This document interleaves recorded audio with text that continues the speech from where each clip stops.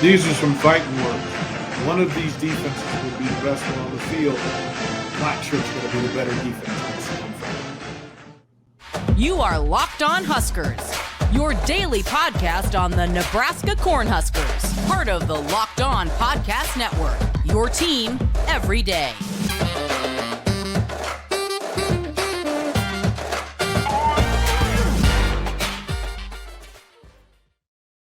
I'm DP, Locked On Huskers. Thank you for making Locked On Huskers your first watch and listen each and every single day. You everydayers, thank you very much.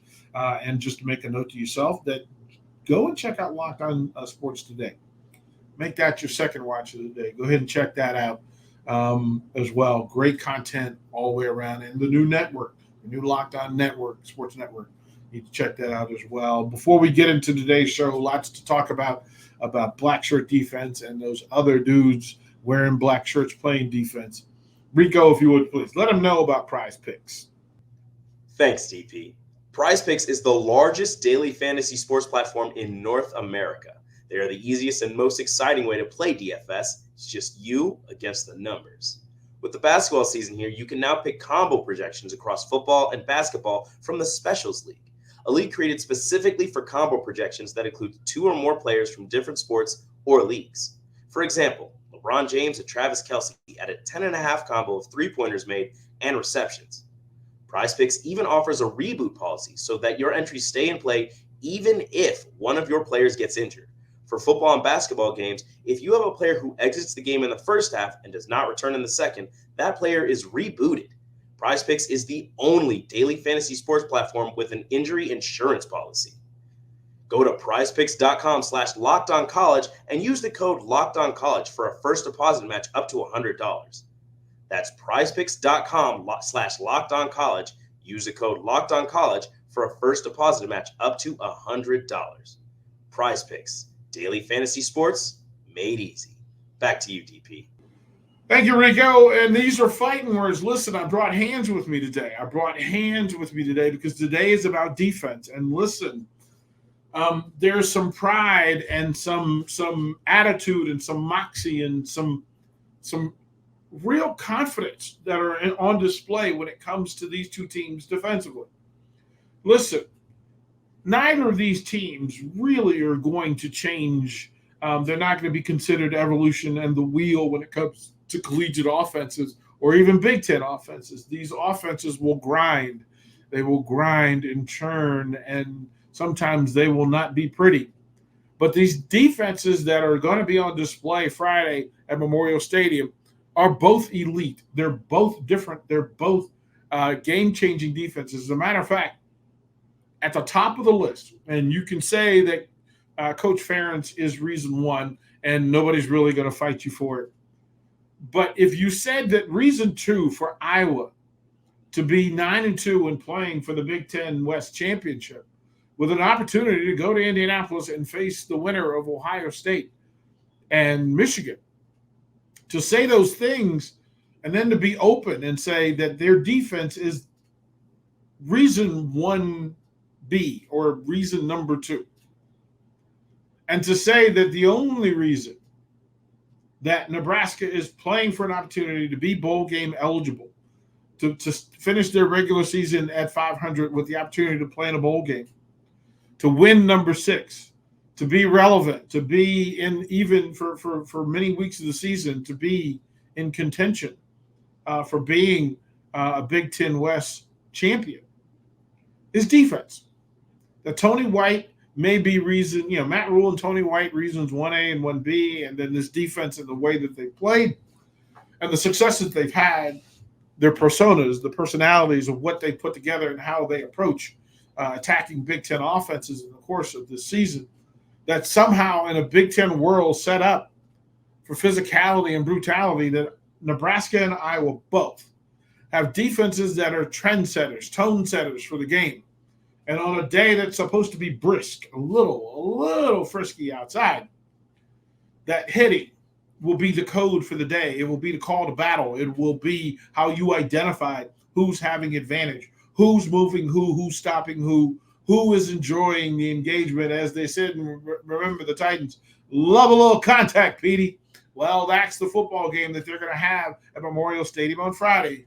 2 defensive teams that can flat out run through you, get you to the turf. They make things difficult. If you make a mistake, they take advantage of it and capitalize. Then you get into all the discussion over who the personnel is, who the players are, and who the parties involved, what those coaches will do. And then what is the ultimate responsibility of these defenses? Because here's the thing. Go with me here. One of these defenses will dictate who wins this football game. One of them. One of them will make a play that's so ridiculous and so profound and so game-changing that the other team, that's who will win the game. Like, am I wrong in saying that? Go with me here that a defensive turnover, a turnover created by either of these defensive teams could have the final blow. 9-2 versus 5-6. And here's one thing that is of advantage to Nebraska. Nebraska, let me say this. Iowa would like to win this game. Iowa would like to be 10-2, 7-2 in the Big Ten Conference. They would like to wrap up the Big Ten West Championship and finish with a win over Nebraska. They want both of those. And they want the ability to head to Indianapolis and to send off one of the coaches and to kind of keep the coronation for Coach Ferentz. And Nebraska has to win. For Nebraska, this is a playoff game.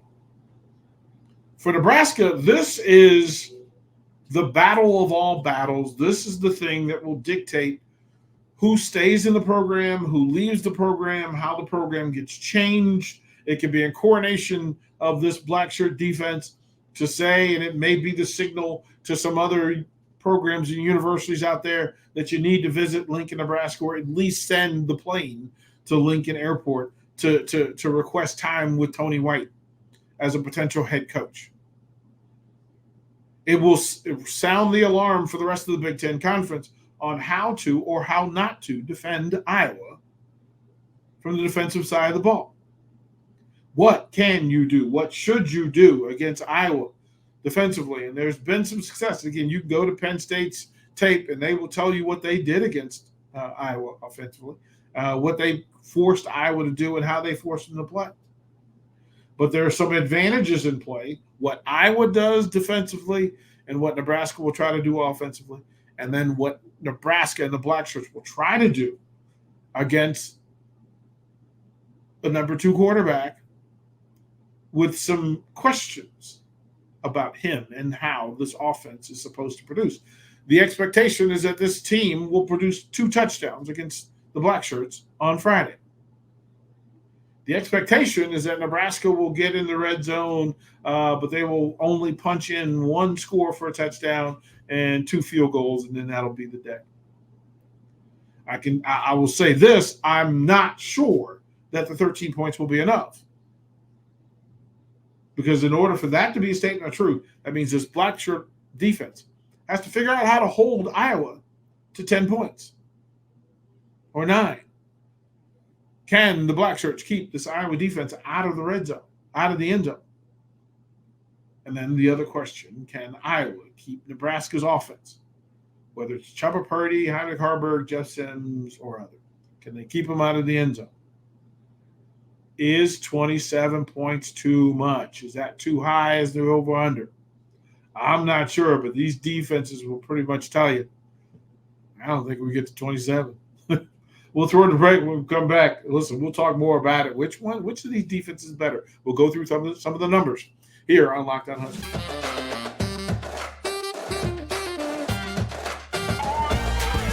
Throw them bows, man. Throw the bows. That's what we're talking about. It's that kind of day. Locked On Huskers. Again, thank you for making Locked On Huskers your first watch and listen. Again, your next watch should be Locked On Sports Today. Go ahead and check it out. It's a really good program. Again, it gives you an overview. But your Huskers each and every day right here on Locked On Huskers. Before we get back into the defense, Rico, let them know about LinkedIn. Thanks, DP. These days, every new potential hire can feel like a high-stakes wager for your small business. You want to be 100% certain that you have access to the best qualified candidates available. That's why you have to check out LinkedIn Jobs. LinkedIn Jobs helps find the right people for your team faster and for free. Does your small business have openings? LinkedIn Jobs helps you find the qualified candidates you want to talk to faster. Post your job for free at linkedin.com/lockedoncollege. That's linkedin.com/lockedoncollege to post your job for free. Terms and conditions apply. Back to you, DP. Thank you, Rico. Greatly appreciate it. And again, as we throw hands, right? We throw bows, we throw bones. Listen, two pretty good Big Ten defenses. Now, they're not the best Big Ten defenses. And I will base that on the numbers. So here's how we will go through the numbers. And I need to be clear that opinions vary, but what we can go through and go by are things that we know to be true, things that we know as fact. And, we don't have to guess. That Iowa as a defense, again, they averaged, they allowed 14 points to Utah State, 13 to Iowa State, 10 to Western Michigan. They got beat up, and Happy Valley gave up 31 points to Penn State. Okay, we understand it. Nebraska, you gave up 35 to Michigan. It happens. We understand.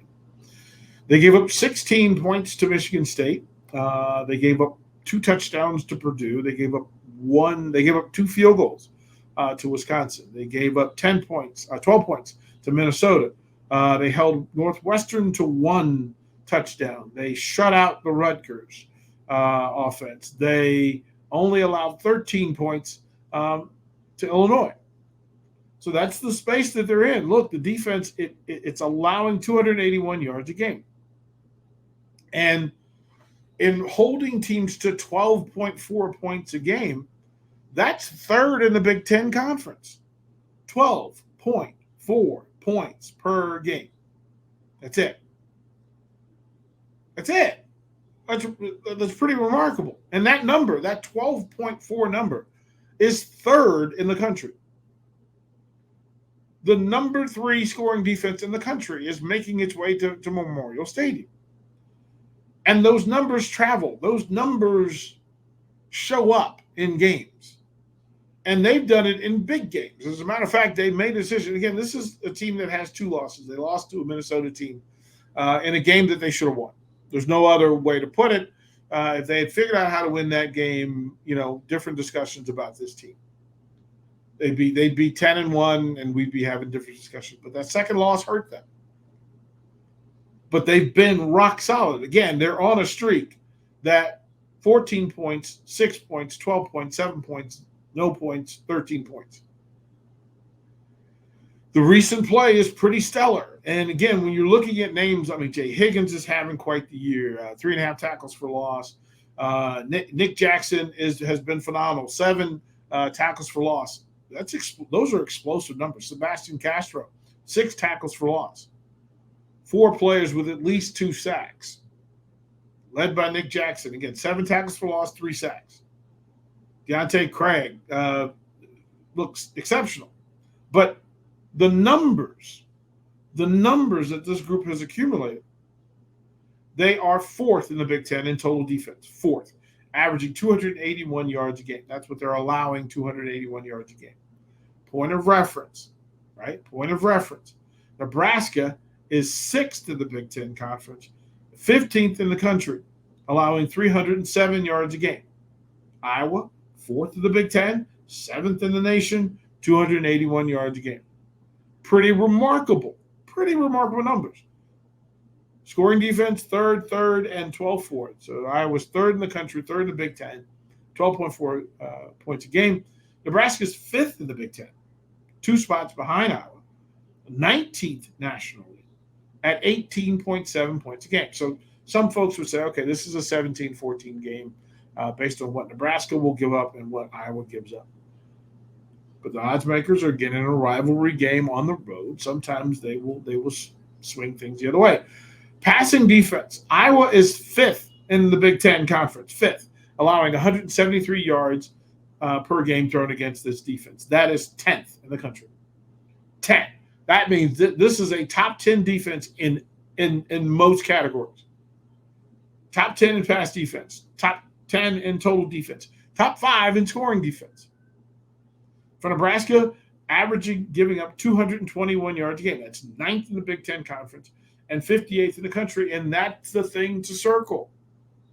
Remember, we were looking for little things that jump off the page at you when it comes to the numbers that are in play for these two teams.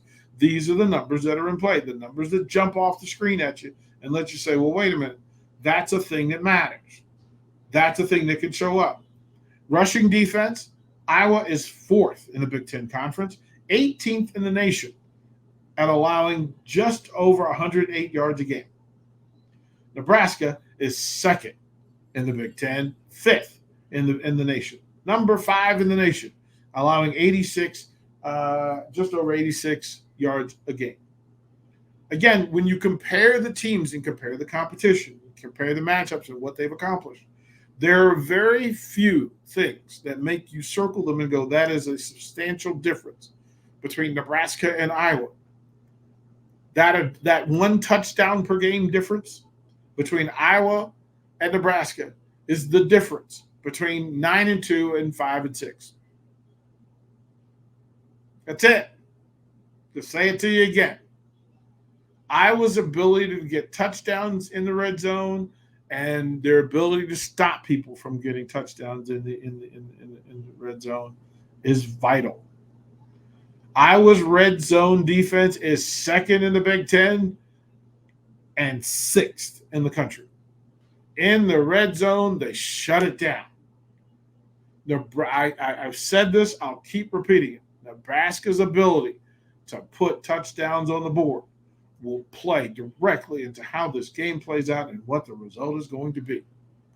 Number 2 in the Big Ten, 6th in the country in the red zone defense. Nebraska, 10th in the red zone in the Big Ten, 79th in the country. There is a 15% more likelihood that Iowa shuts down a team, keeps them out of the end zone, or takes points off the board than Nebraska. And if Chubba Purdy has something in his bag, if Marcus Satterfield has something in his bag, this is where it will show up and how Nebraska fans can see, imagine, and actually believe that they will find a way to beat Iowa. They just need to go 1-0 Friday. That's it. You only have one opponent, and most of that is yourself. We will throw the break. We'll come back. We'll close out. Just talk about turnovers, keys, points allowed, where we think this thing will go. We'll give you all of that here on Locked On Huskers.